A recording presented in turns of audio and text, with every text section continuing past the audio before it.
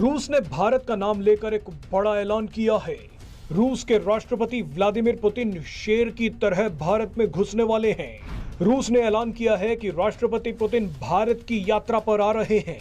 लेकिन नजरें दूसरी तरफ कर लेते हैं और उनको फर्क नहीं पड़ता। वो कहते हैं अगर दूसरे को फायदा हो रहा है तो मुझे भी तो हो रहा है ना, होता रहा, डजंट मैटर, कोई फर्क नहीं। बोल रहा हूं, भारत ने डायरेक्टली और इनडायरेक्टली रूस के लिए पूरी दुनिया से पंगा ले लिया। भारत के ऊपर बहुत प्रेशर है। ये सिर्फ तेल खरीदने तक महदूद नहीं है, या सिर्फ S-400 खरीदने तक ये लिमिटेड नहीं है। No, not at all. ये दोस्तों, ये कहानी कहीं और जा रही है। अब आप कह रहे हैं कि अमेरिका को लग रहा है कि इंडिया गेम खेल रहा है, बट इंडिया को भी अब यही लग रहा है कि ट्रंप भी उनके साथ गेम खेल रहे हैं इस तरह के बयानात देकर।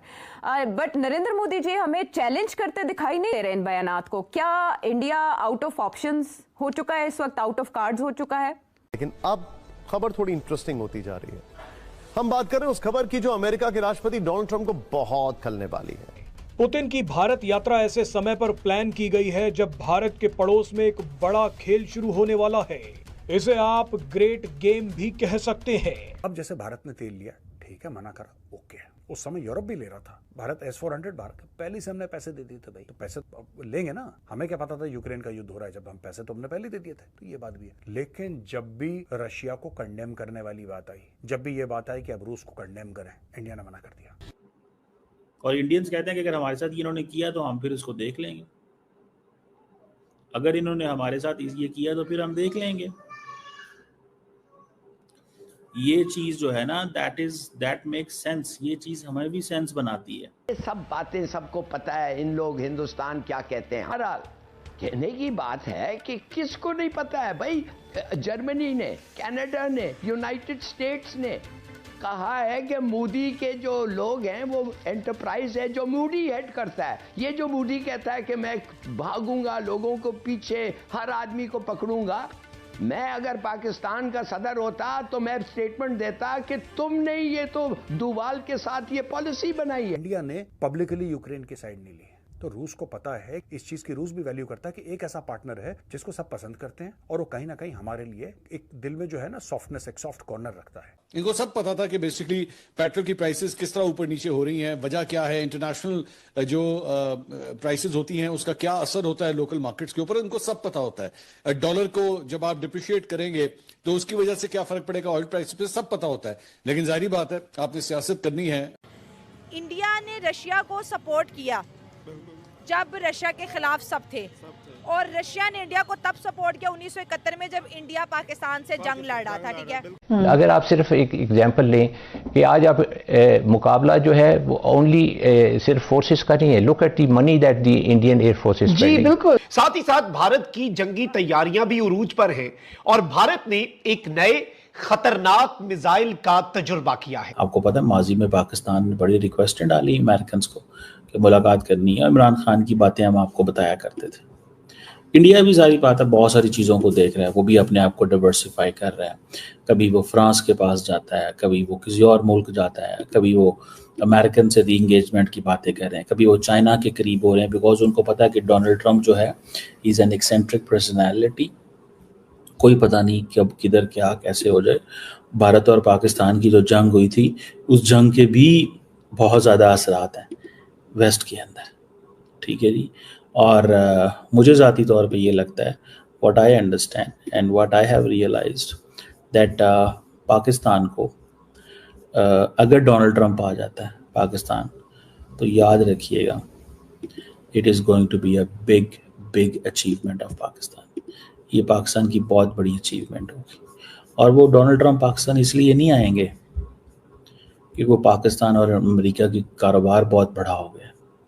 डोनाल्ड ट्रंप पाकिस्तान इसलिए आएंगे बिकॉज डोनाल्ड ट्रंप जो है वो इंडिया को सिग्नलिंग देना चाहते हैं कि अगर तुम लोगों ने हमारे साथ कोऑपरेट सही ना किया तो we have multiple choices in this region and do not forget that we have other players.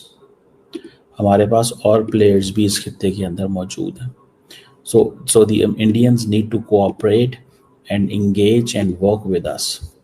India को हमारे साथ काम करना है, कोऑपरेट करना है, और अगर वो नहीं करेंगे तो ठीक है, हम पाकिस्तान की तरफ चल पड़ेंगे। और पाकिस्तान की तरफ अगर आप चलते हैं, देखिए इंडिया कहता है कि उसके राइज की दो निशानियां हैं। One, India must grow. And Pakistan must decline. दोनों चीज़ें इंडिया जो है वो डिमांड करता है, ये दोनों चीज़ें होनी चाहिए। अगर आप देखें कि हमें पाकिस्तान जो का उस वक्त ठनकेगा जब आप अगली बात सुनेंगे। आपने इस बात पे गौर किया है कि 3 ममालिक में एक पुराना मतरूक शुदा प्यार, मोहब्बत, इश्क यकायक जवान हो गया। वो एक दूसरे से मोहब्बत की पींगें बढ़ा रहे हैं। चाइना, रशिया, इंडिया, ये बाहमी कोऑपरेशन के साथ एक दूसरे को फायदा पहुंचाने के लिए, पहले ही इंडिया बहुत बड़ा ट्रेड पार्टनर था चाइना का, लेकिन अब तो रशिया की साइड लेते हुए इंडिया ने अगली पिछली कसरें निकाल दी। उसने डिफाई किया पूरे यूरोप को कि तुम्हारी ऐसी की तैसी, तुम कौन होते हो इसके ऊपर सैंक्शन लगाकर मुझे तंबीह करने वाले। मैं पहले भी पेट्रोल लेता था रशिया का, अब भी लेता रहूंगा। तो उसमें दमखम था, उसने ये कह दिया। काश हम भी ये कह सकते, हम ईरान से ही पेट्रोल ले सकते।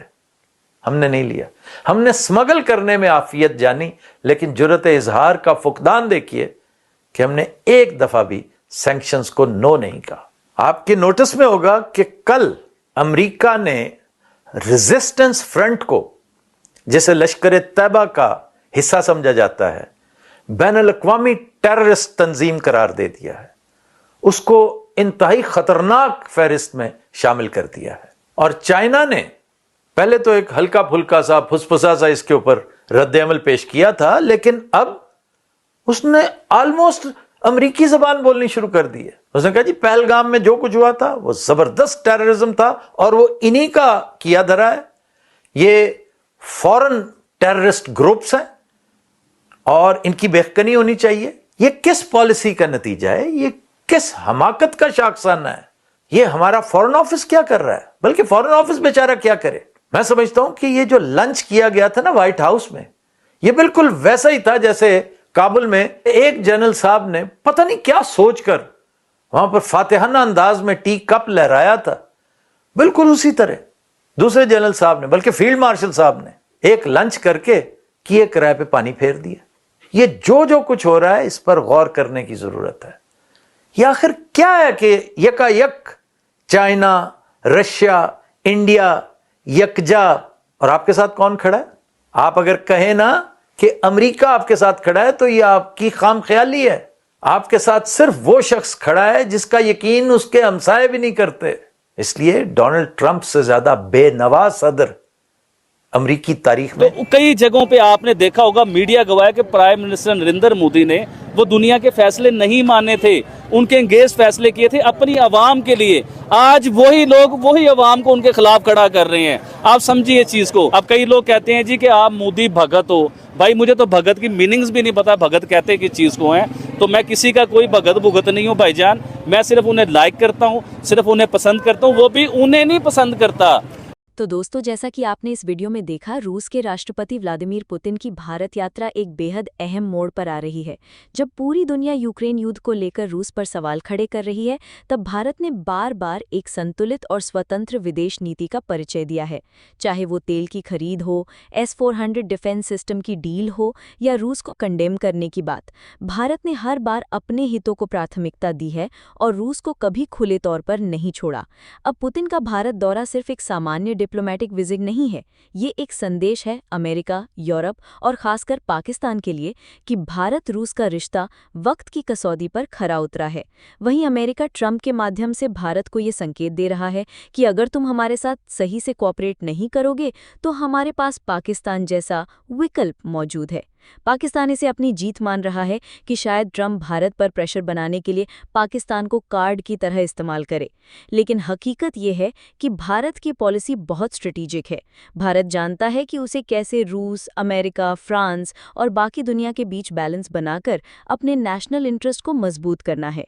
साथ ही इस पूरी चर्चा के दौरान पाकिस्तान की एक बात बार बार सामने आती है, India must rise and Pakistan must decline. और शायद यही पाकिस्तान की सबसे बड़ी चिंता भी है, क्योंकि भारत का ग्रोथ, उसकी स्ट्रेटेजिक पोजीशन और डिफेंस तैयारी उसे दिन ब दिन एक ग्लोबल सुपर पावर की ओर ले जा रही है। तो दोस्तों, अब बारी आपकी है।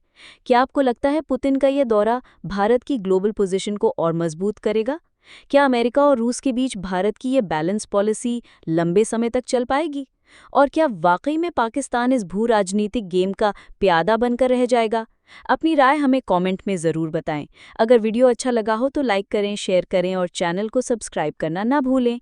मैं जल्दी मिलूंगा एक और ज़बरदस्त और आंखें खोल देने वाले वीडियो के साथ। तब तक के लिए जय हिंद, वंदे मातरम।